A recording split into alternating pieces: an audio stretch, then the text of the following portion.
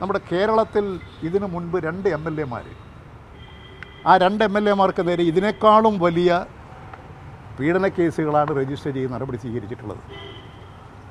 ഇപ്പോൾ മൂന്നാമതാണ് ഒരു MLA-ക്ക് നേരെ വരുന്നത്. 2 MLA-മാരുടെയും അതാത് ബന്ധപ്പെട്ട പാർട്ടികൾ നടപടി സ്വീകരിച്ചാൽ 2 MLA-മാർ രാജിവെച്ച് പോയാൽ തീർച്ചയായും മൂന്നാമത്തെ ആളും രാജിവെക്കേണ്ടി വരും. അപ്പോൾ ആദ്യം ഈ രംഗത്ത് ഇതിന് മുൻപുള്ള 2 MLA-മാരുടെ കാര്യത്തിൽ നടപടി സ്വീകരിക്കുന്നതോടുകൂടി തന്നെ മൂന്നാമത്തെ ആൾക്ക് നിൽക്കാൻ സാധിക്കില്ല. ഇത് ഇപ്പോൾ നമ്മുടെ അന്വേഷണ നടപടികൾ സിനിമാ രംഗത്തുള്ള പ്രശ്നങ്ങളെ സംബന്ധിച്ചിട്ടാണ്. MLA-മാരെ സംബന്ധിച്ചിട്ട് ഇവിടെയുള്ള ഒരു നടപടി ഇങ്ങനെയാണുള്ളത്. കമ്മ്യൂണിസ്റ്റ് പാർട്ടി, മാർക്സിസ്റ്റ്, ഇടതുപക്ഷ ജനാധിപത്യ മുന്നണി ഗവൺമെൻറ് എല്ലാ തെറ്റുകൾക്കും എതിരായിട്ടുള്ള നിലപാട് സ്വീകരിക്കുന്ന ഗവൺമെൻറ്റാണ്.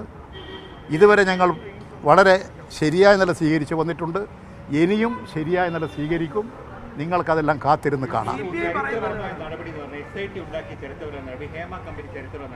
അതിന്റെ പശ്ചാത്തലത്തിലാണ് നടി ഇപ്പോൾ പരാതി കൊടുക്കുകയും കേസെടുക്കുന്നത്.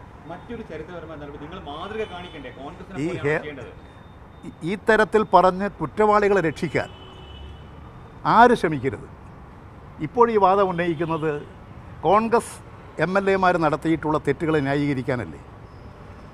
അതുകൊണ്ട് നമ്മൾ ചെയ്യേണ്ട ഒരു കാര്യം, അത് രണ്ടുമുണ്ട്. ഇത് മൂന്നാമത്തെ പ്രശ്നമാണല്ലോ.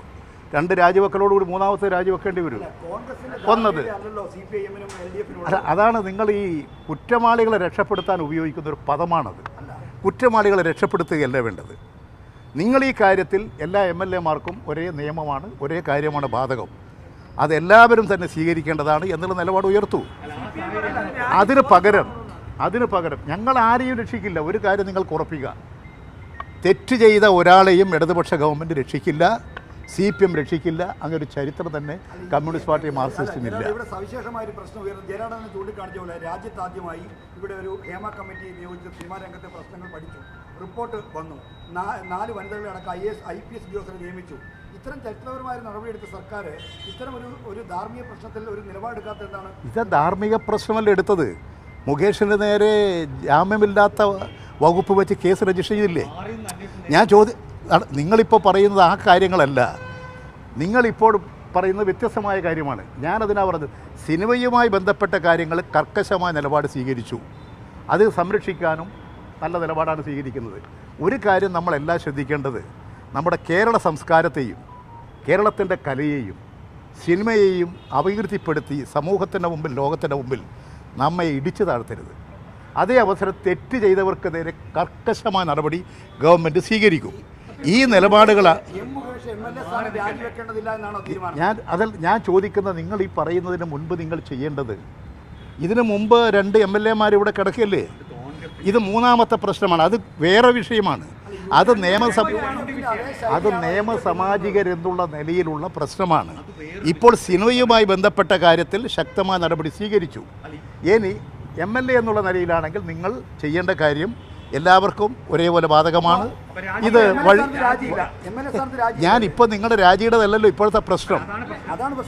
അല്ല, അത് നിങ്ങൾ രാജിയാണ് നിങ്ങൾ ഉന്നയിക്കുന്നതെങ്കിൽ നിങ്ങൾ ആദ്യം ഉന്നയിക്കേണ്ടത്, നിങ്ങൾ രാജിയാണ് ഒരു MLA ചെയ്ത തെറ്റിൻ്റെ മേലെ സ്വീകരിക്കേണ്ടതെങ്കിൽ നിങ്ങൾ ആദ്യം ചെയ്യേണ്ടത് ഇതിന് മുൻപുണ്ടായിട്ടുള്ള 2 MLA-മാർ രാജിവെക്കണം എന്ന വാദം നിങ്ങൾ ഉന്നയിക്കാതെ അത് മറച്ചു വെച്ച് രണ്ടും രണ്ടല്ല. ഇത് ഹേമ കമ്മിറ്റിയുടെ റിപ്പോർട്ടിൻ്റെ അടിസ്ഥാനത്തിലല്ല. ഹേമ കമ്മിറ്റി റിപ്പോർട്ടിൽ അതിൻ്റെ അടിസ്ഥാനത്തിലല്ല ഇപ്പോൾ കേസ്, വെളിപ്പെടുത്തലിൻ്റെ അടിസ്ഥാനത്തിലാണ്. ഈ ഹേമ കമ്മിറ്റി റിപ്പോർട്ട് തന്നെ കേരളത്തിൻ്റെ ചരിത്രത്തിലെ ഏറ്റവും ഉയർന്ന നിലപാട് സ്വീകരിച്ചത് കൊണ്ടാണ്. ആ കമ്മിറ്റി മുമ്പാകെ തന്നെ 2 കാര്യങ്ങൾ പറഞ്ഞിട്ടുണ്ട്, തുറന്ന് കാര്യങ്ങൾ പറഞ്ഞിട്ടുണ്ട് സ്ത്രീകൾ, നടിമാർ. അതോടൊപ്പം തന്നെ ചിലർ ഇത് വെളിപ്പെടുത്താൻ പാടില്ല. അതിൻ്റെ അടിസ്ഥാനത്തിൽ ഈ ഹേമ കമ്മിറ്റിയിൽ തന്നെ എഴുതി വെച്ചു, ഇതങ്ങനെ വെളിപ്പെടുത്തരുത്, ഇത് ഒരാളുടെ സ്വകാര്യ ജീവിതത്തെ ബാധിക്കുന്നതാണ്, തകർക്കുന്നതാണ്. കോടതിയുടെ നടപടികളുണ്ടായി. ഇനിയും കോടതിയുടെ നടപടികൾ വരട്ടെ. ഹേമ കമ്മിറ്റി റിപ്പോർട്ടിൻ്റെ അടിസ്ഥാനത്തിൽ കോടതി നടപടികൾക്കനുസരിച്ച് ആവശ്യമായ നടപടികൾ കൈക്കൊള്ളും. ഒന്ന്. രണ്ടാമത്തത്, കേരളത്തിൻ്റെ ചരിത്രത്തിൽ MLA-മാരുടെ പ്രശ്നമാണെങ്കിൽ എല്ലാ MLA-മാർക്കും ഈ നിയമങ്ങളും ചട്ടങ്ങളും ഒക്കെ ബാധകമാണ്. അതിൻ്റെ അടിസ്ഥാനത്തിൽ ഏറ്റവും ശരിയായിട്ടുള്ള നിലപാട് കമ്മ്യൂണിസ്റ്റ് പാർട്ടി, മാർക്സിസ്റ്റ് സ്വീകരിക്കും.